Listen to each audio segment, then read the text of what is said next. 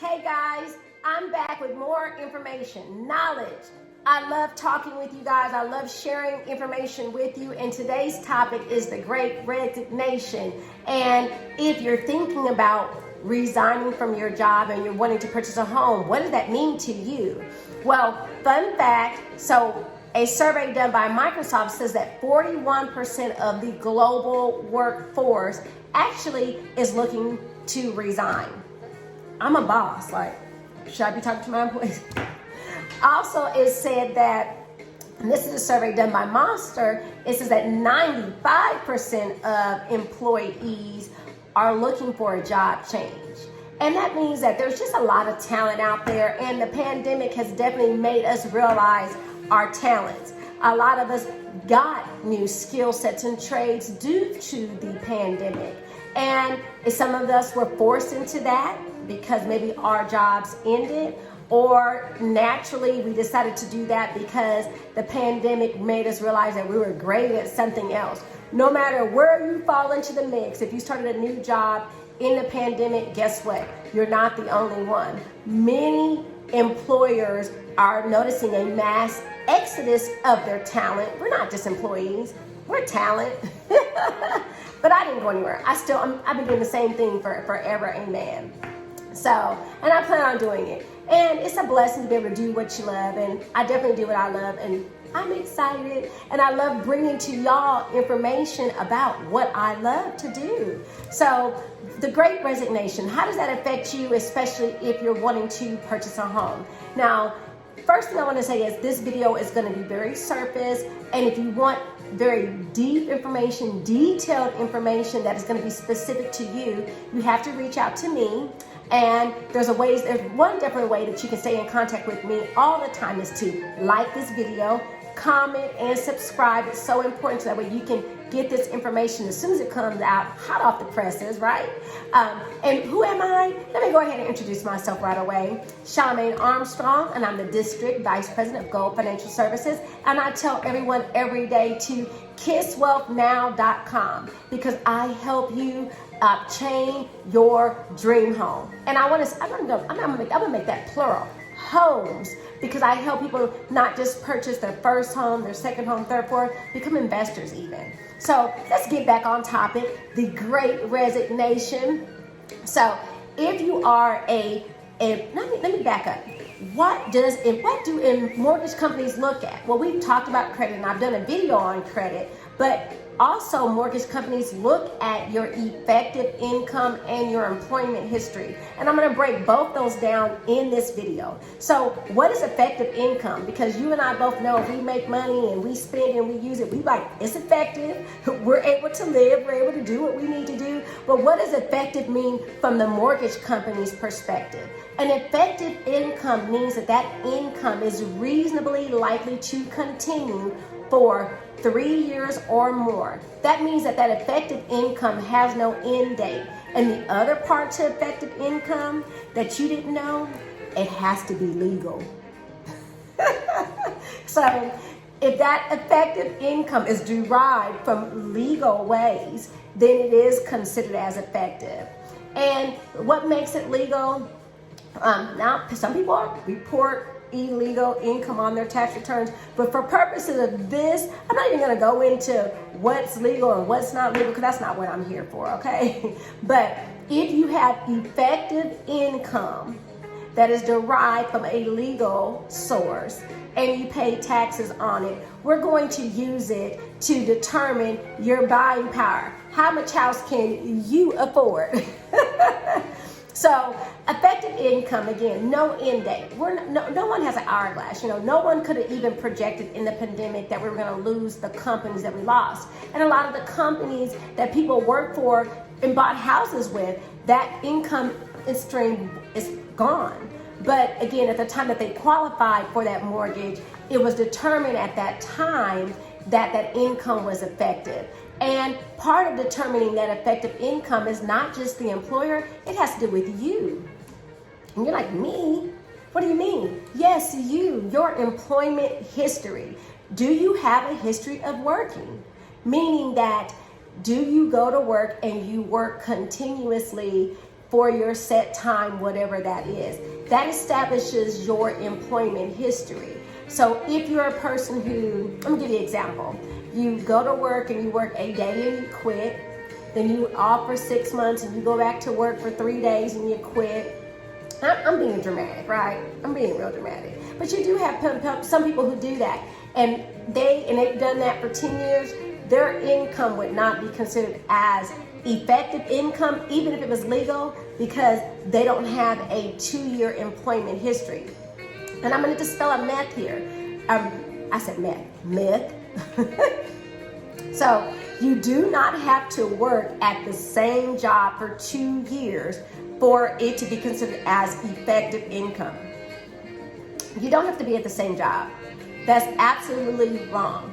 But you do have to have a 2-year employment history.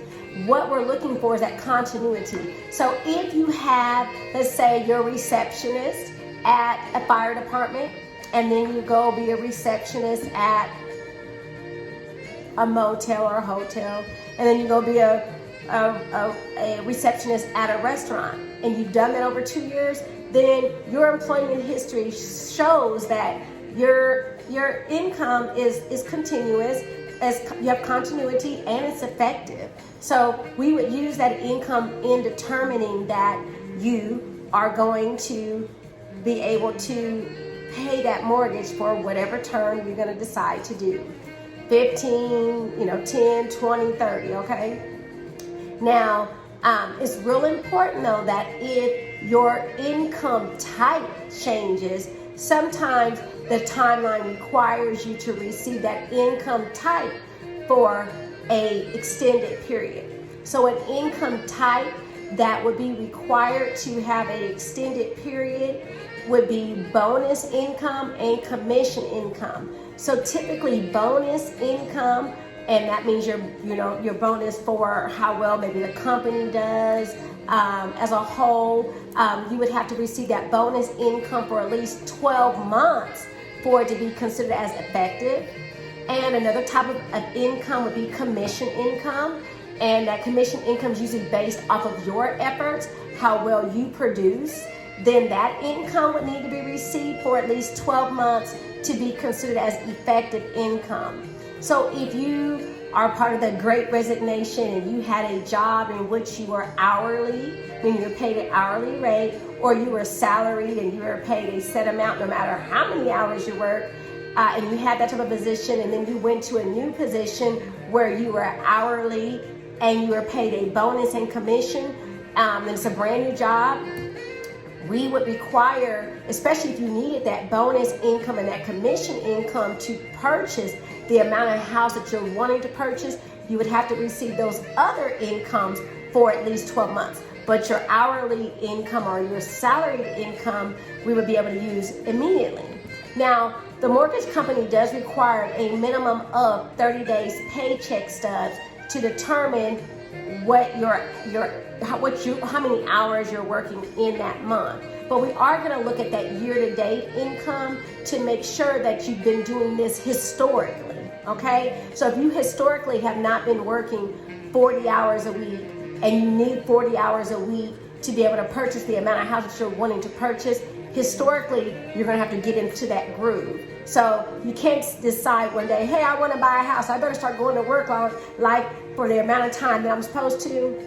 You can't do it like that. You got to historically be doing that. And if you're off for a reason, like you got hurt at work or maybe due to the pandemic, we're not going to count that against you. That's just going to be an extended gap of employment. But I will say that if you have an extended gap in employment that lasts longer than 6 months, there are some different rules for different types of financing.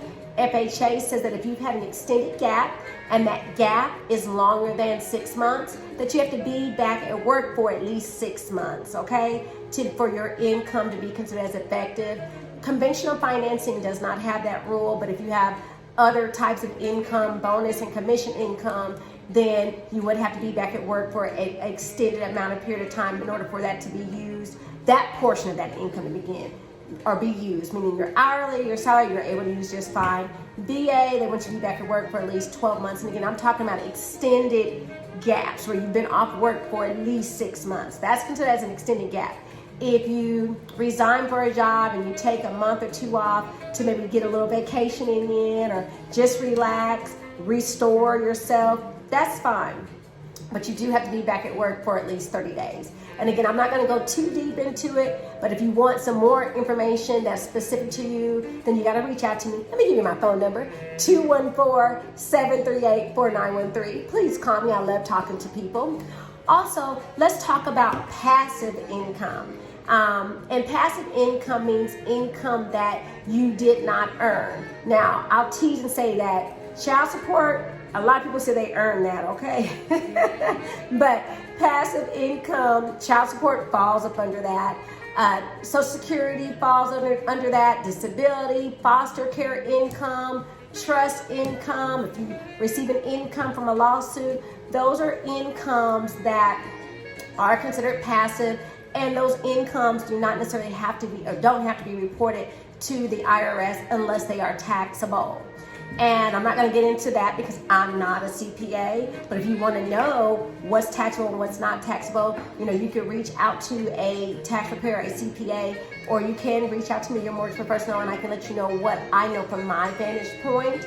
But those incomes are considered as effective income as long as they are obtained for a period that will last longer than 3 years.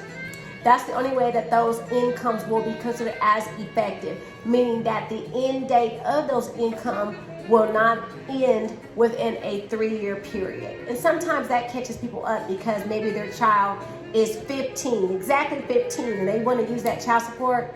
Well, they've already turned 15, so it will not continue for 3 years or more. And I've had people say, well, my order says that if the child goes, while the child's in school, that I'm gonna receive it and my child's gonna go to college. There's no way to prove that, okay? So if the child is 15 and your decree says that it's going to be paid while that child is in school, then we would not be able to count it.